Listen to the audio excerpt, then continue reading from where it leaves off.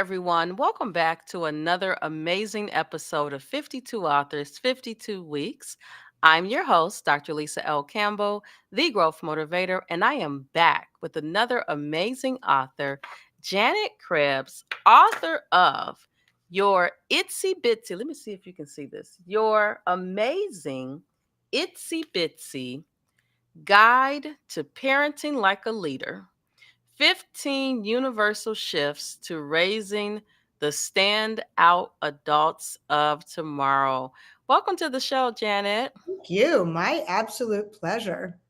So it's funny that you wrote this book because I am often heard saying that kids don't come with a user's manual. And in my own book, I even wrote that I personally read from cover to cover, because I'm a reader, what to expect when you're expecting. And when my daughter was born, and as we've navigated the last 33 years of life, nothing could have prepared me to raise a little girl who couldn't hear, who doesn't talk.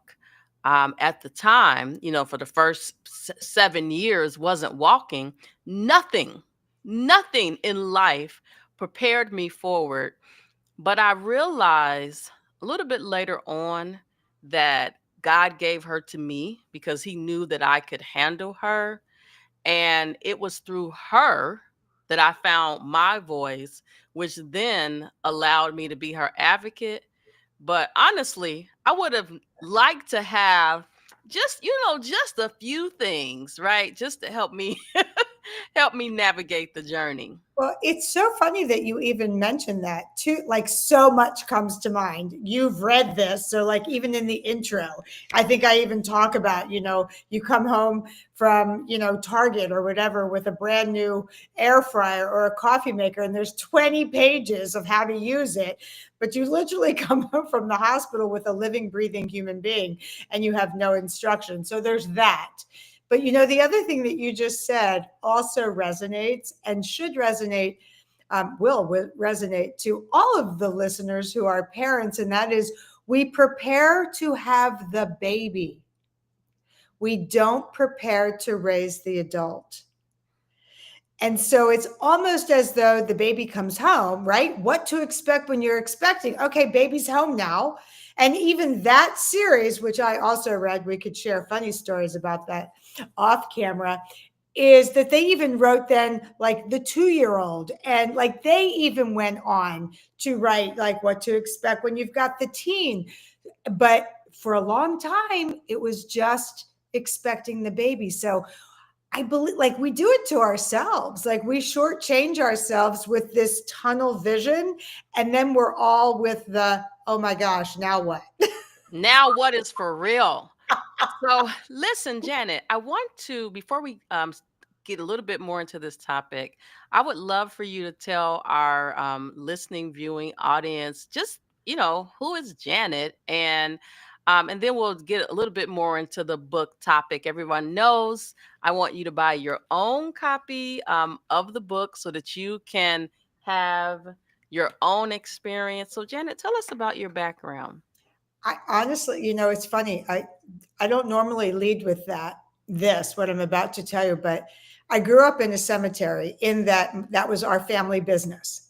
And I know, like, it's like one out of, I mean, somebody's got to own the cemetery, right? So I spent my entire childhood understanding that legacy really was like what was engraved on granite was mother, father, brother, sister, daughter, son, right? And so I, I roles within family always just remained essential priority. Fast forward into choosing my own careers. I was a teacher, HR, all relational professions.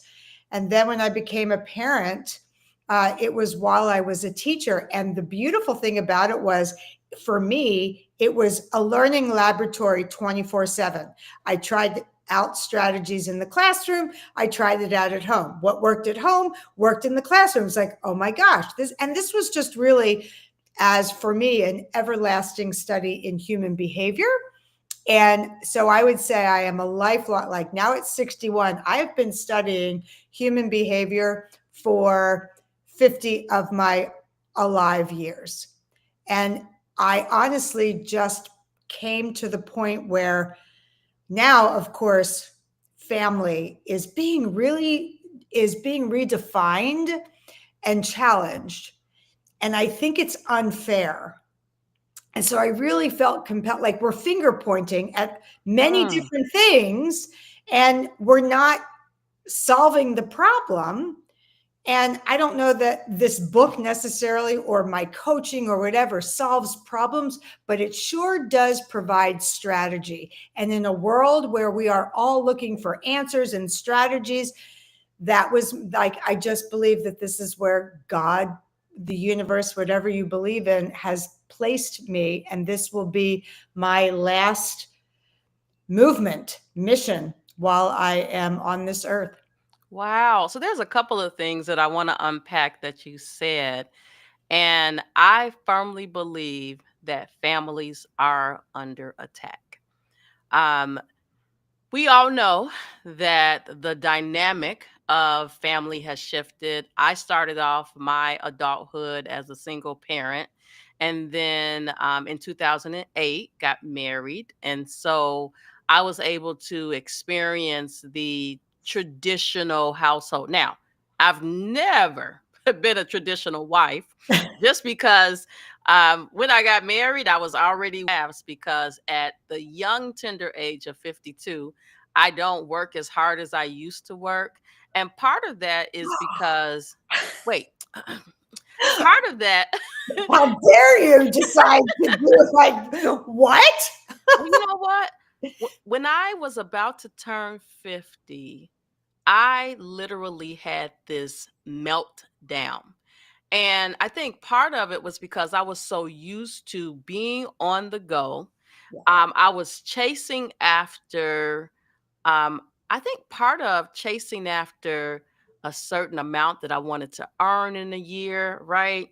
I've always been happy, but where I am today, I'm not in retirement, but I'm in the preferment stage of my life because I'm only doing what I want to do. that's right. And right now, my husband laughs because he's like, "You get up every day at like 8:30 a.m." I'm like, "Yes, I do." But my grandfather is currently 104 years old, Wait, congrats. and there are so many reasons why granddad is 104. Number one, God is the head of his life. And so I know without, any uncertainty that that's one of the primary reasons. But I also know it's because he made it his lifelong mission to be kind to others, to give back. And as I watched him navigate being my grandfather, then a great grandfather to my daughter, and then a great great grandfather, not to my not from me, but my cousin's daughter had a son. So as I watch him interact with all of us, so many life lessons that I would love to bottle up in a book, but I just really feel like there's this attack on families. There is an attack on love and commitment and Well, support. yes and no. Like, yes, I agree with you 400%. You're using my words. And yet, the last talk I gave was to a group of chemical engineers who absolutely loved the discussion of leadership as legacy because they said the processes and the procedures and the what, the tactics, the strategies, they can learn that in a book. For all we know, AI will take over that. But how they interact with their colleagues, with their bosses, with their customers, they are terrible at. And that's not even the language that they used. And so I believe that, like we are under attack in many different ways, but the human spirit is what's under attack, and it's humans that live within family. So, yes, I dedicate my life to leadership within the home. But boy, I'll tell you, it certainly has transferability into many different areas of our lives because we are relational at the core of what we're doing, living in a very transactional world. And we're learning that that is not serving us as well as we thought it should, or maybe it did when we were better balanced in it, but we're so out of balance right now with transaction that everyone is starving for this relational cup to be filled. Wow. So you mentioned AI. And something that crossed my mind recently when I was giving a presentation was the 1960s show, The Jetsons. You remember that TV show? Yeah. Yeah, so it restreamed in the 70s when I was born. But what I'm reminded of is that was the future that we could not imagine, and we're living that future now. And so now I'm gonna have to go back and watch the Jetsons because I would like to identify what the dynamics of their relationship look like. Because is there a connection there? You know how they say art Yeah, always that's funny. imitates life? That's funny. Yeah. That would actually be really fun for all of us to do just to see. And whoever does that, like puts it on like Netflix or something like that, will that'll be like the next subscription that we're all addicted to. Yes, yes. So listen, tell us a little bit about the point that you got to where you decided I have to write this. But also, I like how, let me just also give you this disclaimer. You did not write this for people over the reading age stage because the font is a little small for us seasoned folks. But what was your breaking point? And I think you talked about this a little bit, where you decided to capture this in writing, and how has it helped you as you help others? Well, I that's a great question. Thanks for asking it. So for listeners, you can't see, but I call it's really a booklet. It's a booklet, right? Like it's very thin. It's like 30 some odd pages. And because this is kind of like oh my gosh, I need help with kind of a thing. And they're just ideas. They're sentence starters. They're idea starters. They're conversation starters. Uh, and actually, my email is in this book. And I don't have a massive team, folks. Like I answer every single email that comes across that comes to me from this because I am on a mission to just help people. And so the inspiration for the book is exactly that. It's bite-sized nuggets that might make the reader go, huh, that's interesting. I can explore that more. And you can explore that with me. You can explore that with your friends. You can explore that on Google University. But it's a little bit of I won't say little, many of the things in here are shifts to the way in which you might currently be thinking. A great example, this is like a global trend, I believe, that's happening right now. But we've got, when I was in the classroom, helicopter parent was just some like one out of 60 parents, right? And we all knew who they were, the overindulgent parent. But now, like helicopter parenting has become a thing. We've named all these kinds of parenting, right? There's gentle parenting, and like it's for making crazy. And I love being able to, when somebody says, look, I was reading on page 19, bullet number 2, right? Can you tell me about that more? Like it's a great framework to work from. So it's wonderful for like all of my coaching families. They have the book so we can go through it together if that's of interest to them. It's just another tool in the toolbox, really. But as a standalone, it's a conversation starter.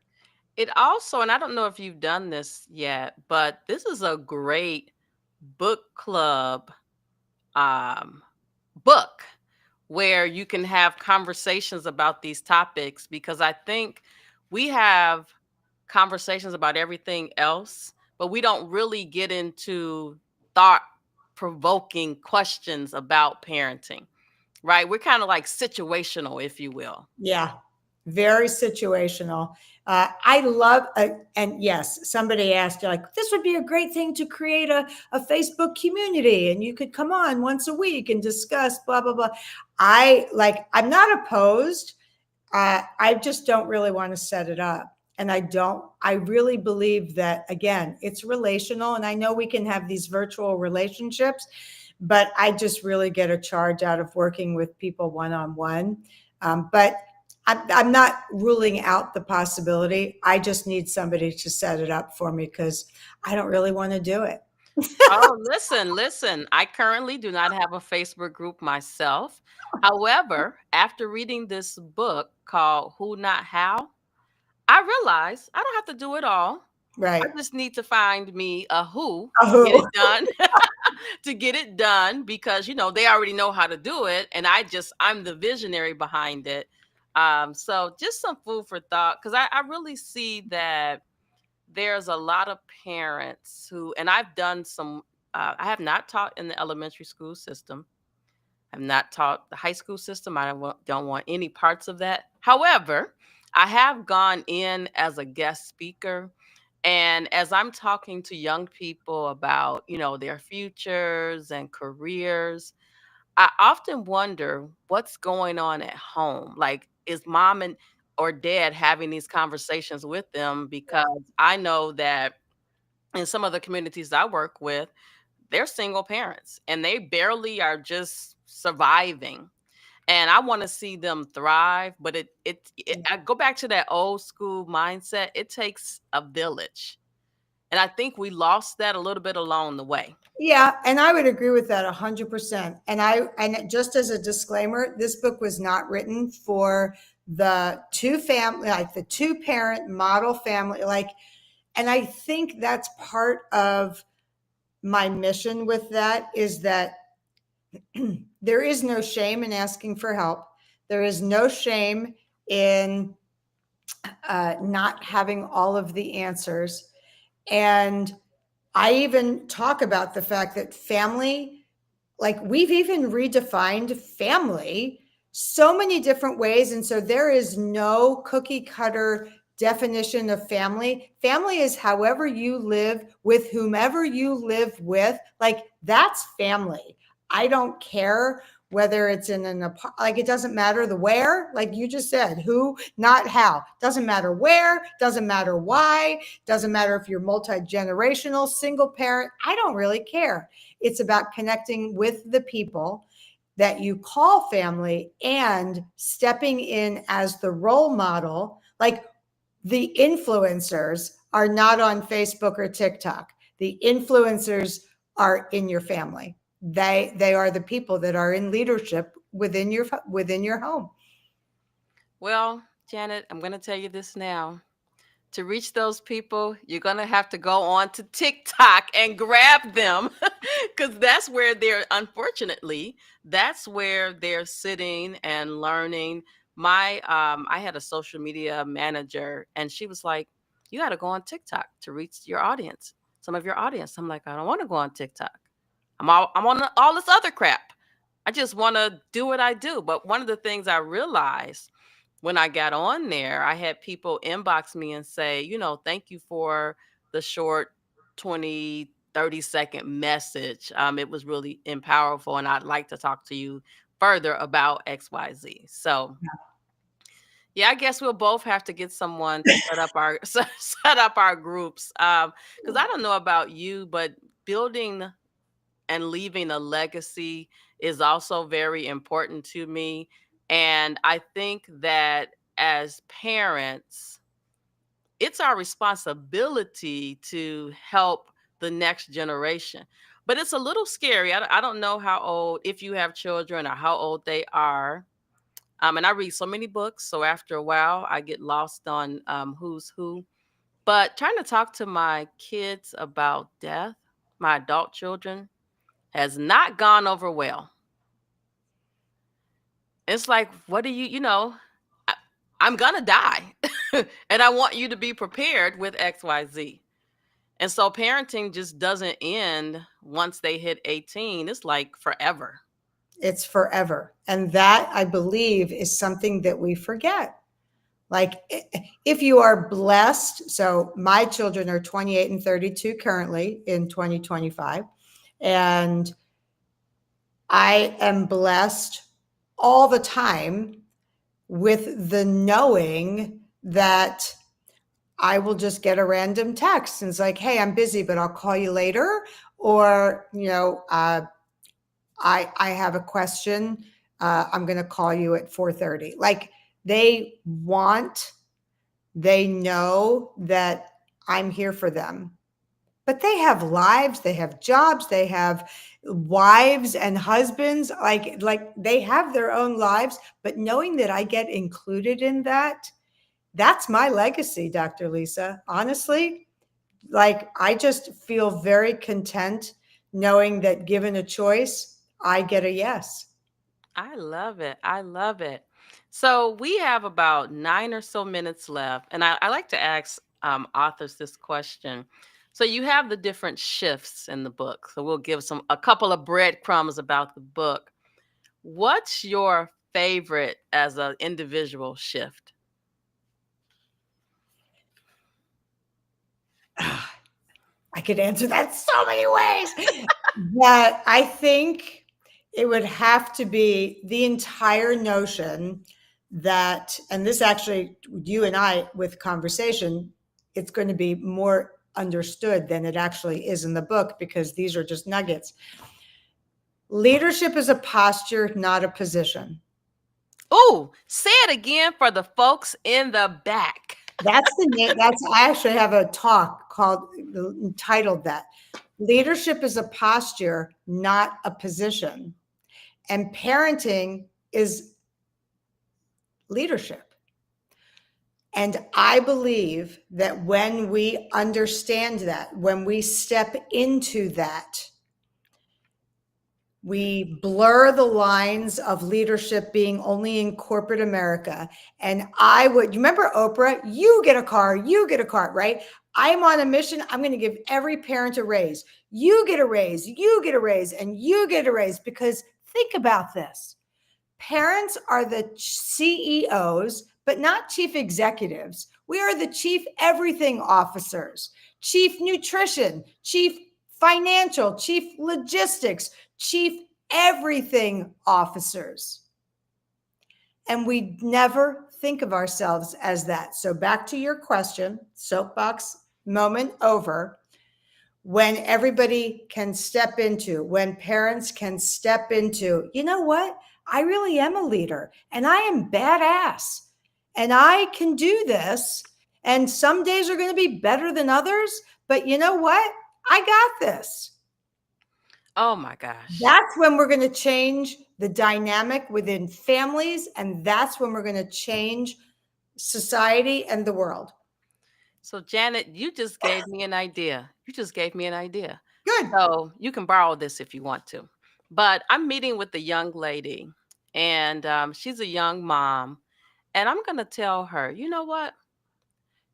You are the leader of your household more than once a year when you file head of household on your taxes. You are a leader every single day I of the love that. year. I love that. Yeah. Oh That's my that's gosh. like my biggest, that's like the, and imagine, like, if I may make the observation, even as I was talking, your eyes even just got like bigger, and you sat up a little bit straighter. And I see this all the time, and it makes a difference. Like, you walk into a room and you got four kids, fighting, and you're just like, can you please stop what you're doing? Rather than, this is going to end in 5, 4, 3, 2, 1, turn around, walk away, and then there's consequences if it doesn't happen. Like, it's really just not that hard. But being a leader in that moment is essential. Yes. And something else that I've been working with young moms on and it's leadership, but it's also something that we all need, is that emotional intelligence. Yeah. And it's that exact example that you said. And the funny thing is, my oldest daughter, I can just look at her. I Yeah. mean, obviously she can't hear me, right? But I can just give her this look like, mommy's not pleased. I need you to sit back down. You just ate, and let's have at it. Do you know that I actually flubbed, if that's a word? That's a great word for an author, right? I flubbed an interview, a teaching interview once. And I'm so glad I didn't get that job, but that's another story as well. And the principal said, what asked what my classroom management strategy was. And I said, I don't need one. I've got the look. And that was not enough at a time when you had to have stickers and check marks and stars. I was like, I don't have time for that. I got the look. Yes. Well, you know what? I think that's just old school. It's definitely old school. However, I will say the look does not work with the grandsons. It and it does not. My daughter and son-in-law, they are of the gentle parenting. Yeah, well, And the little boys are not gentle. well, I will say, as far as gentle parenting goes, there's an age where I think that expires, or that expires, and Oh, so say that again. Say that again for Paul and Haley. Paul and Haley, I think at the age of 2, it's time to change strategies because gentle parenting does not work with tenacious children. Mm. They're Listen, smart. It's because they're so smart and tenacious and free-willed, and they want to explore, and we want them to. well, So you it know doesn't what? work. But something you said in the book, which is a huge distraction for them, is this technology that they have their head in. I think it doesn't allow them to develop true skills. Like, yeah, yes, they develop some skills. It keeps them quiet, all the things, right? But just being able to have a conversation with someone and look them in the eyes, to me, that's the part that they're missing. I have a colleague who has the answer, the absolute solution to that. We can talk about that another time, or you can interview her. She wrote 7 books. Whoa. Yeah, that combats that exactly. And It gamifies life and gets kids off of technology. I Very love it. cool. I Very cool. love it. Yeah. So, Janet, what does the future hold for you? I know you're just a young 61, vibrant. That's a great question. I am like, I breathe this, Dr. Lisa. I just do. Like, this is an imperative, and I'm not, this will be my, like I said, this is my life's work. So more stages and more audiences and more families that we can help so that we can change the world one family at a time. I love that, one family at a time, because you're not going to change everybody at the same time. But when you change one, you actually can change another, because they have conversations with each other. And my coach Janet is working with us on XYZ, right? We can do it. Oh yeah, we definitely can do it. I want to see it. I ask my grandfather all the time, like, what do you think about living on this earth for all of these years? And his answer is always always the same.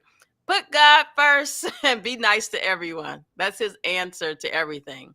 But granddad definitely um, was not of the gentle parenting No. style. Granddaddy would say, "Meet me in the garage."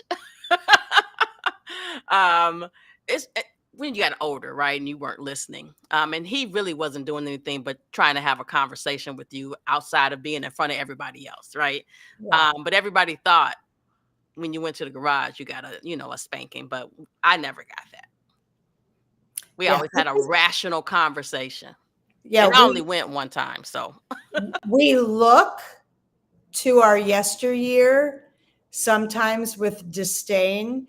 And I would just invite people to keep an open mind because that generation really had some things. They had some pearls and nuggets. I grew up in that generation and I didn't turn out so badly. So, I mean, I can regulate my emotions. I didn't have anybody over helicoptering. So, I think there's a lot to learn. We just have to reframe it and repackage it so that I it's palatable to the young parents of today. I love it. I love it. So before we go, please tell our listening and viewing audience where they can find you today, even though we know you and I may get a Facebook group. I say Somebody that tell loosely me. because I'm trying to avoid it like the plague.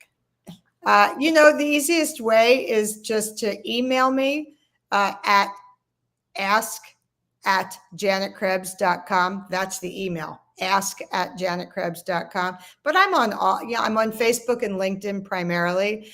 I am starting to upload all of my videos onto YouTube, but I just use my name. So just Google Janet Krebs with a K and you'll find me and I will answer you. I love it. I love it. So I also see that there are some other books in the background, and I know from the back of the back part of your book, you mentioned some other books. So can you tell our listening, viewing audience some of the other books that you've written? I see one right couple back there. Yeah, those are just some fun, there's a lot of value in storytelling. And so, like, one of those are all compilation books.